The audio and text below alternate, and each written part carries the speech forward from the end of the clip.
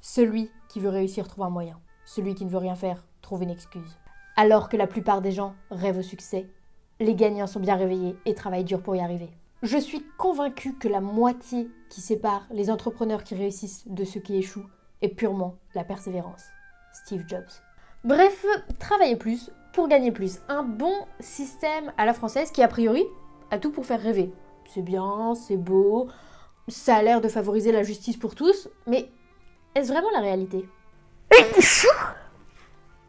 Bon, avant de commencer, petit disclaimer, nous allons parler de méritocratie dans cette vidéo, si vous ne l'aviez pas encore compris, et c'est un sujet qui est très très vaste. Honnêtement, je ne prétends pas tout aborder dans cette vidéo, et je suis hyper ouverte pour en discuter dans les commentaires, avoir votre avis, etc. J'ai simplement envie de vous partager mon point de vue, ce que j'ai appris au fur et à mesure de mes recherches, etc. Et j'espère que ça vous plaira. C'est parti. Commençons par mettre les bases. C'est quoi la méritocratie ?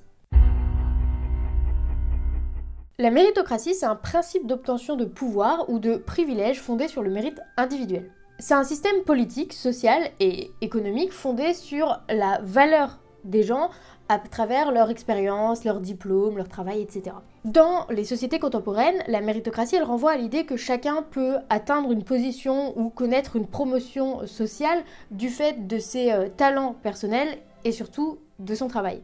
En fait, elle est présentée comme l'opposé de systèmes tels que l'aristocratie héréditaire, dans lesquels la position sociale des individus est déterminée par leur naissance. Donc en théorie, la méritocratie, elle permet une grande mobilité sociale, c'est le fameux self-made man dont on entend parler, celui qui part de rien et qui arrive à devenir millionnaire grâce aux fruits de ses efforts et de son travail. La méritocratie, elle est notamment invoquée à l'école pour justifier la réussite des élèves par l'ardeur du travail. Mais d'où vient historiquement cette notion de méritocratie ? Le terme, il a été forgé par le sociologue Michael Young au milieu du XXe siècle, mais notre rapport au mérite, il date d'avant et particulièrement de la Révolution française. Parce que c'est un principe de légitimation qu'il a été nécessaire de mettre en place pour justifier la fin des privilèges féodaux et soutenir la montée en puissance de la bourgeoisie. Et depuis, la France, elle sert souvent d'illustration pour la méritocratie, notamment avec les concours d'entrée en grande école ou pour la fonction publique depuis le XVIIIe siècle. En fait, a priori, ce qui est cool avec la méritocratie, c'est qu'elle permet de rebattre les cartes. Peu importe le milieu d'où on vient, on devrait pouvoir en changer et accéder à l'élite grâce au mérite individuel. C'est aussi ce qu'on appelle l'ascenseur social, ou parfois l'escalier social, mais généralement c'est l'ascenseur social. Par contre, il existe quelques confusions à éviter. Déjà, il ne faut pas confondre méritocratie et méritant. On peut travailler régulièrement et efficacement et ne pas réussir aussi bien qu'on le voudrait. Ensuite, il ne faut pas associer la méritocratie avec une certitude quelconque d'avoir une meilleure position sociale. Mais surtout, il ne faut pas associer la méritocratie au sens strict à une sorte de principe de justice. Et c'est ces réflexions en fait qui vont me pousser à me poser la question suivante: est-ce que la méritocratie est un mythe ? Alors avant tout, je pense qu'il nous faut une petite remise en contexte, parce qu'on a compris, je pense, que c'est la méritocratie en théorie, mais qu'est-ce qu'il en est en réalité ? Quand on demande aux gens s'ils pensent que le monde devrait être géré de manière méritocratique, la majorité des gens ne pensent pas seulement que ça devrait être le cas, ils pensent qu'il l'est d'ores et déjà. En 2016, par exemple, le Brookings Institute a découvert que 69% des Américains pensent que les gens sont récompensés pour leurs compétences et leur intelligence, et que les facteurs externes tels que la chance ou la naissance dans une famille riche sont nettement moins importants. Et c'est pas le cas seulement aux États-Unis. En France, déjà, la moitié de la population pense que le mérite individuel, c'est ce qu'il y a de plus important pour réussir dans la vie, et ça se généralise au monde entier. Pourtant, si on regarde les chiffres, parmi les 42 milliardaires français, il y en a 80% qui ont hérité de toute une partie de leur fortune selon Forbes. Donc c'est vrai que c'est un peu dur de croire aux self-made man qui arrivent à tout réussir, bon, même si l'argent c'est pas forcément la réussite, mais à partir de rien quand on voit ça. Et à cela s'ajoute le fait que, selon un rapport de l'OCDE de 2019, en France il faudrait 6 générations pour que quelqu'un qui appartient aux 10% les plus précaires de la société arrive à atteindre le revenu moyen. Et c'est l'un des pires résultats de l'Union européenne. Et un petit retour en arrière, quelque chose que je vous ai pas dit quand je vous ai présenté la définition de la méritocratie, c'est que lorsqu'il a été forgé par Michael Young, c'était dans un livre appelé La méritocratie en mai 2033. Et ce livre, en fait, c'est une dystopie qui brosse le portrait grinçant d'une société future en plein chaos, où les élites justifient leur domination de par leurs compétences et leur intelligence. Et en fait, en 2033, il va y avoir un soulèvement des prolétaires et des féministes qui vont simplement avoir été poussés à bout par le mépris et l'autoritarisme de la classe politique en place. Et c'est assez intéressant de noter du coup aujourd'hui comment le terme méritocratie, il a été un peu instrumentalisé, enfin je sais pas si on peut dire instrumentalisé, mais du moins il a perdu toute son origine pour finalement être utilisé comme une vision idéale d'une société future. Voilà, c'était juste la petite anecdote dont je voulais vous parler. Mais du coup, pourquoi autant de personnes croient à ce mythe? Pourquoi on a besoin en fait de croire à ce mythe de la méritocratie? En fait, c'est les psychologues sociaux qui montrent qu'on a besoin de croire en un monde juste où nos efforts seront récompensés. C'est au fil du développement de l'enfant que se forge cette croyance en un monde juste qui fait que nous croyons que les gens méritent ce qu'ils ont et ont ce qu'ils méritent d'après les travaux du psychologue Lerner. Et surtout, la psychologie, elle met en avant l'importance et surtout la bienfaisance même de cette croyance. En fait, elle fonctionne comme un contrat entre la société et le monde qu'elle rend prévisible. Elle nous encourage à nous y investir et à accepter les sanctions s'il y en a. Et en plus, ce serait impossible de coopérer en groupe si on pensait pas que les autres avaient de la bonne foi derrière. C'est même dans la loi, on présume que toute personne est de bonne foi. Les individus ont donc besoin de croire que les méritants sont et seront récompensés pour leurs efforts, pour s'organiser autour d'un principe de justice et de réciprocité, tout simplement pour faire face aux aléas et aux difficultés de la vie. Croire que la méritocratie existe, c'est pratique, c'est confortable et ça justifie les inégalités. Bon, vous avez compris le contexte, on a compris pourquoi une majorité de gens croient à la méritocratie, mais c'est quoi les problèmes? Commençons par réfléchir sur la méthode d'évaluation, c'est-à-dire l'école. Parce que comment on va évaluer le mérite de chacun? En fait, on va laisser cette tâche à l'école qui va être chargée de classer les élèves et de détecter les inégalités, chaque génération sortant ainsi inégalement diplômée et ayant accès à des métiers inégalement gratifiants. Pourtant, ce qui est assez intéressant de noter, c'est que la sociologie contemporaine, elle n'a de cesse de démontrer comment l'origine sociale avait de l'influence sur notre futur, et ce, dès l'école. S'il y avait seulement les inégalités de mérite qui déterminaient les trajectoires de chacun, et à moins d'imaginer que, comme par magie, la répartition du mérite suivrait celle de la hiérarchie sociale, a priori, il ne devrait pas y avoir de corrélation entre origine sociale et accès aux différents niveaux du système éducatif. Pourtant, ce qui frappe quiconque s'intéresse un petit peu au mérite scolaire, c'est que les difficultés, elles sont tellement précoces et elles se concentrent avec une telle netteté dans certains groupes sociaux qu'il semble exclu qu'elles puissent relever du jeu du mérite. Donc en fait, on assiste à quelque chose, c'est que les inégalités sociales, elles se transforment petit à petit en inégalités scolaires qui sont plus justifiables du fait d'un soi-disant mérite. Et il y a quelque chose qui est encore plus troublant, c'est qu'il est assez difficile de déterminer si les élèves qui réussissent ou qui échouent le méritent vraiment. Parce que n'importe quel prof qui évalue un élève se rend bien compte que derrière la réussite ou l'échec d'un élève, il y a le travail, les efforts, mais aussi parfois, vous savez, ce petit quelque chose où des fois on entend des professeurs ou des parents dire que cet élève a un peu plus de facilité que les autres.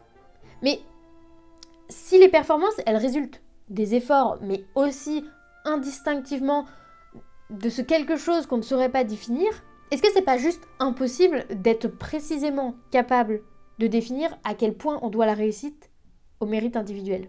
En fait, au total, on se retrouve d'une part avec des inégalités de carrière scolaire dont l'école semble même être en partie responsable, et d'autre part avec le fait que même la mesure du mérite, on sait pas trop à quel point elle est précise. C'est un gros pari hasardeux qu'on fait. Mais on peut aussi critiquer l'idéologie méritocratique du fait de ses effets néfastes sur le fonctionnement même du système scolaire. Parce que la méritocratie, sa logique, c'est avant tout de classer les élèves. Or, la promotion individuelle et la sélection, ça peut pas être les seules choses qui sont promues par l'école. Ou alors, on renonce à l'éducation pour tous et à certaines qualités qui sont jugées pas scolaires. Et ça, c'est assez critiquable quand même, je pense. Et en plus, à cela s'ajoute le fait que souvent, les méritocrates, c'est ceux qui réussissent, qui ont compris l'importance de l'école, des études, etc. et qui du coup vont transmettre leur savoir à les enfants, ce qui crée une reproduction, en fait, tout simplement scolaire et sociale au passage. Donc on a vu le premier problème qui se passe au niveau de l'école et de la répétition des inégalités sociales. Mais ça ne s'arrête pas là. On peut parler aussi du problème de manque d'information et d'autocensure. Parce qu'en outre, aux inégalités de réussite s'ajoutent aussi des inégalités de choix, d'établissement, d'options, d'orientation. Et en fait, les inégalités, au lieu de s'estomper, elles s'accumulent. Je pense que l'anticipation et l'accès à l'information, ce sont les principales barrières qui arrêtent les élèves issus de milieux populaires.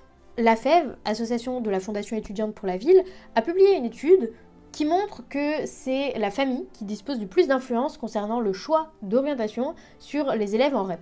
En effet, 70% des jeunes interrogés dans les quartiers d'éducation prioritaire disent écouter le plus leur famille devant les profs et les autres personnels de l'établissement, qui atteignent environ 16%, pour choisir leur orientation.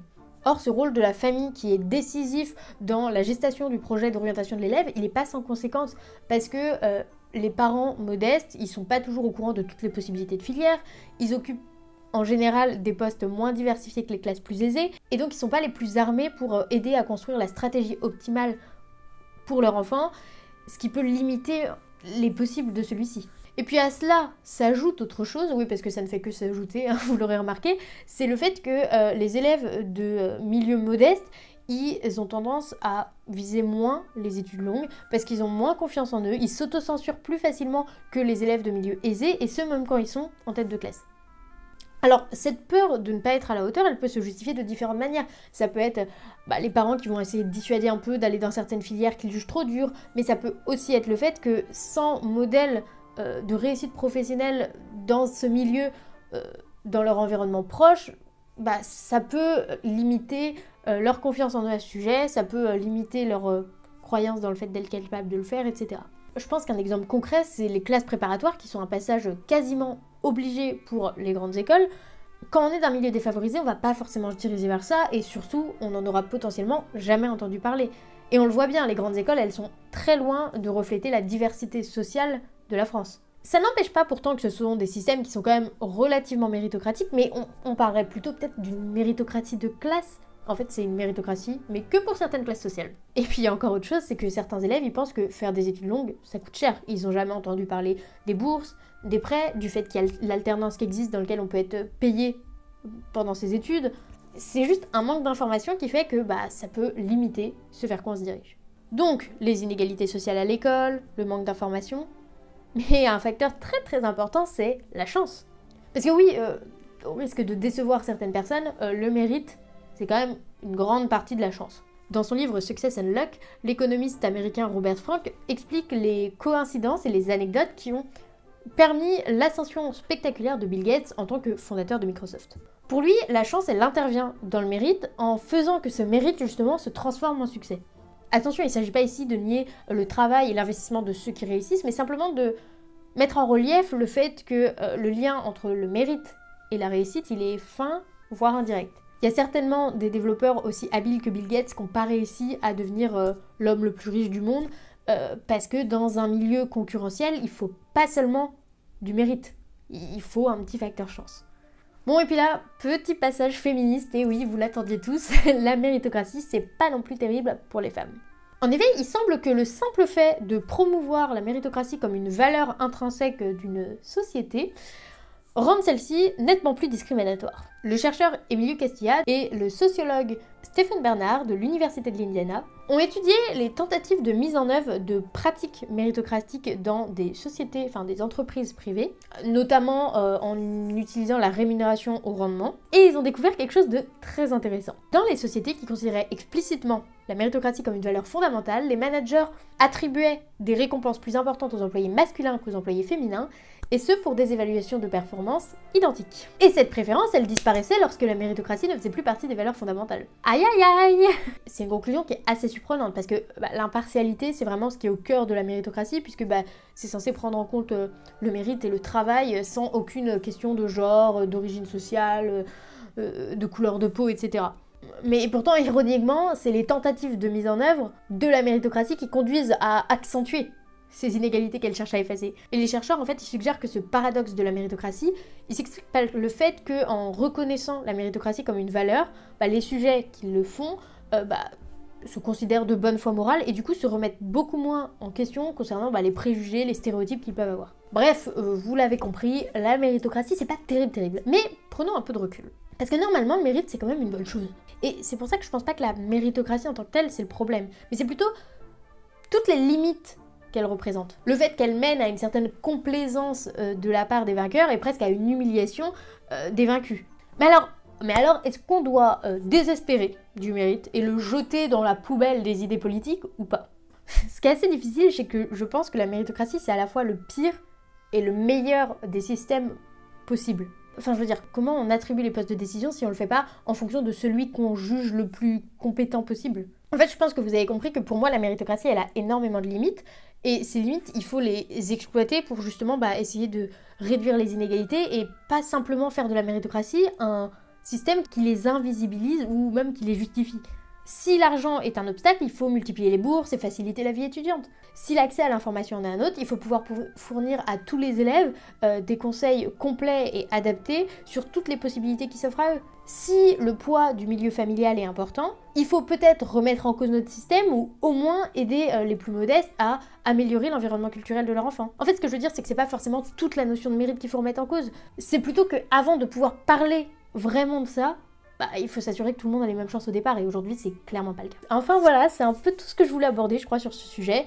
Bon, évidemment, il y a plein d'autres choses à dire, mais je trouvais ça intéressant d'en parler, surtout qu'en ce moment, à l'approche des présidentielles, j'ai l'impression que c'est un sujet qui revient beaucoup, donc je me suis dit que c'était l'occasion. N'hésitez pas à discuter avec moi en commentaire, parce que ça aide la chaîne, et puis parce que j'ai envie de savoir ce que vous en pensez, basé sur votre opinion ou aussi sur vos expériences, c'est toujours intéressant. Et puis sinon, pensez à aimer la vidéo, à vous abonner si c'est pas le cas. Et puis, normalement, si tout va bien, je reviens la semaine prochaine avec une nouvelle vidéo. Merci!